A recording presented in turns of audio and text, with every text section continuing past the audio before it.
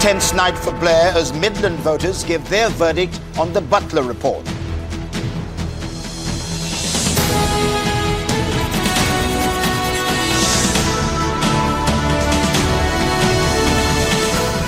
The government's facing possible defeat in two key by-elections as the controversy over the Iraq invasion continues. Also tonight, the BNP uncovered.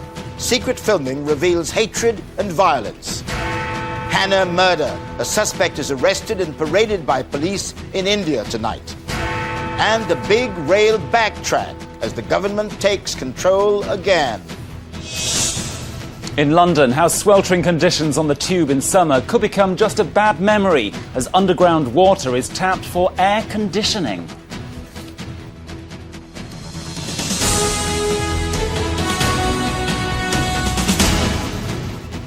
Good evening. The tellers are counting the votes. The government could be counting the cost.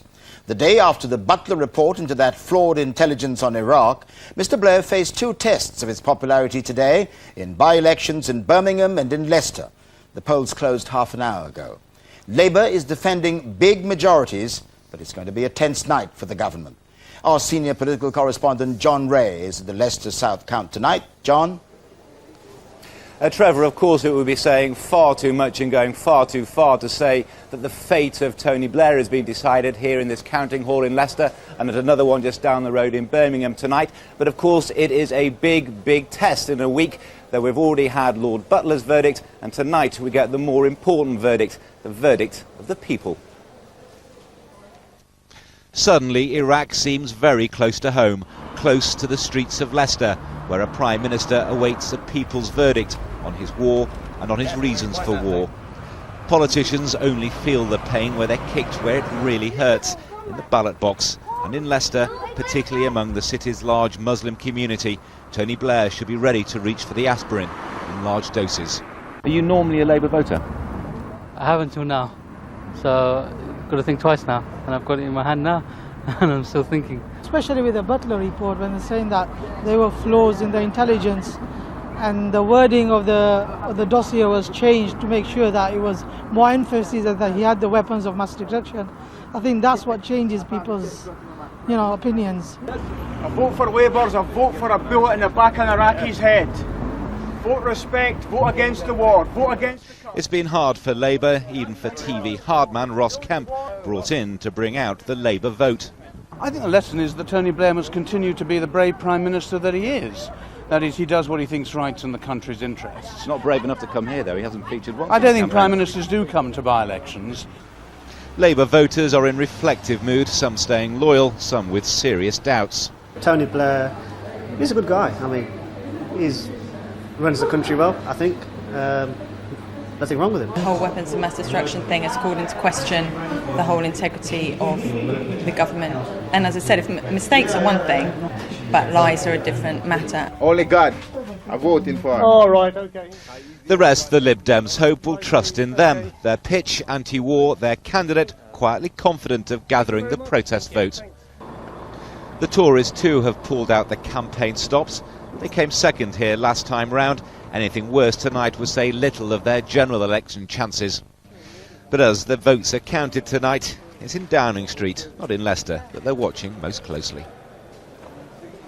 Now, as Oscar Wilde might well have said of tonight, for Labour to lose one safe seat would be unfortunate. To lose two, well, actually a little worse than careless, nothing short of disastrous. The latest we have from the count here, as it gets underway, from the Labour camps and from the Liberal Democrat camps, is that it's neck and neck, just too close to call. There is, though, one irony, Trevor, in all this. It could be that the anti-war Respect Party has taken enough protest votes away from the Liberal Democrats to deliver an unlikely, perhaps unexpected victory to Labour.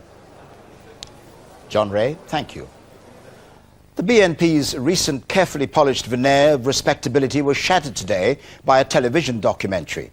In the film, the party's leader Nick Griffin is caught on camera attacking Islam as a wicked and vicious faith.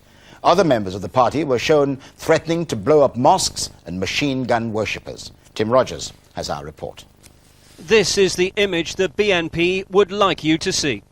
Sharp suit, smooth words, a new approach, with no hint of the dark side that their rivals claim disguises their true beliefs.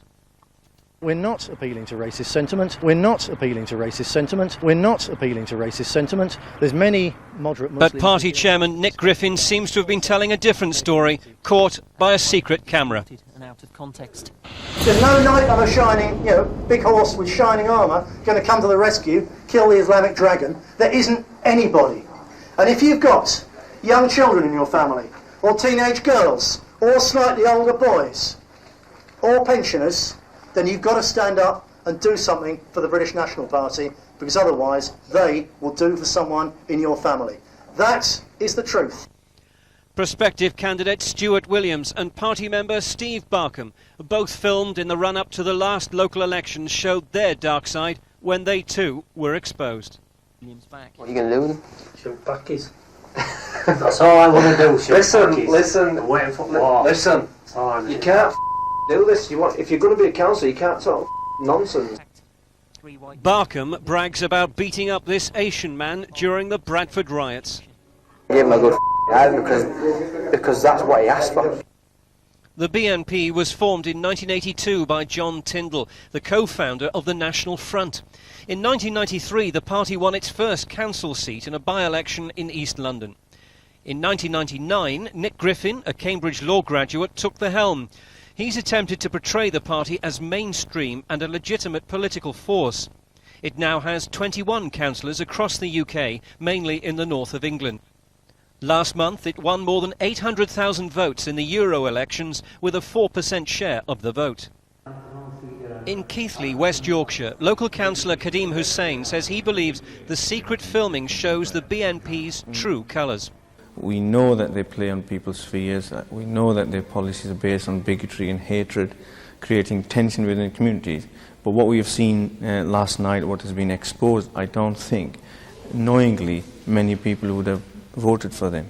Yep, there are a few people in our party like that, just as in the Labour Party there are some crooks, just as in the Lib Dems there are some paedophile councillors and so on. All parties have bad apples. The trick is getting rid of them as soon as you can, and that we've done. The BNP claim that the individuals filmed spoke for no one apart from themselves, but the upshot may yet be that it could lead to a criminal prosecution. That decision, though, has still to be made. Tim Rogers, ITV News, Keighley in West Yorkshire.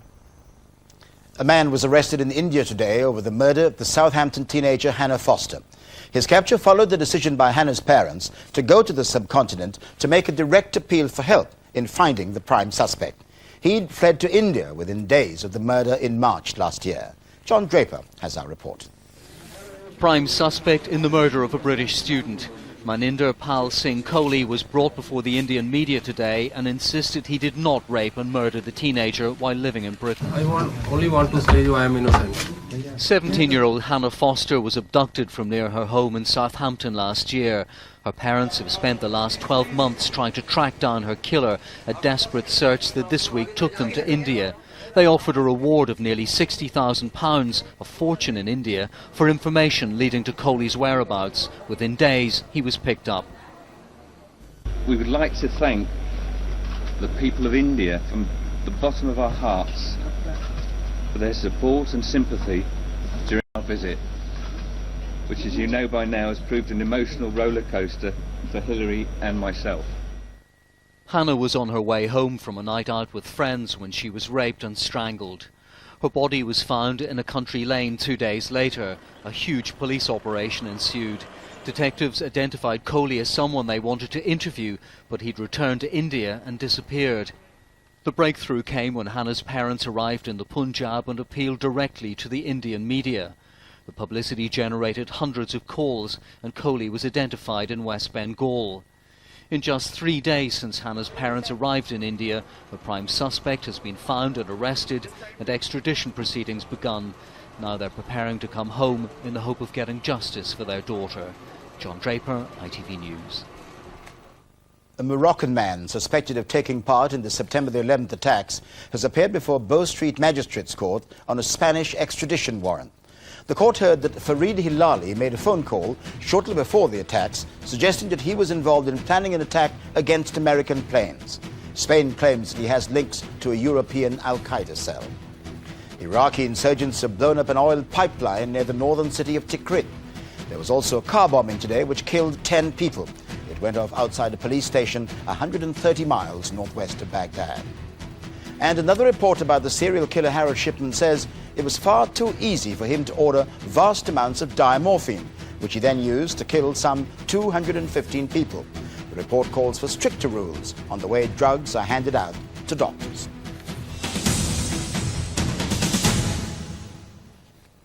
There was a big backtrack today on who runs Britain's railways.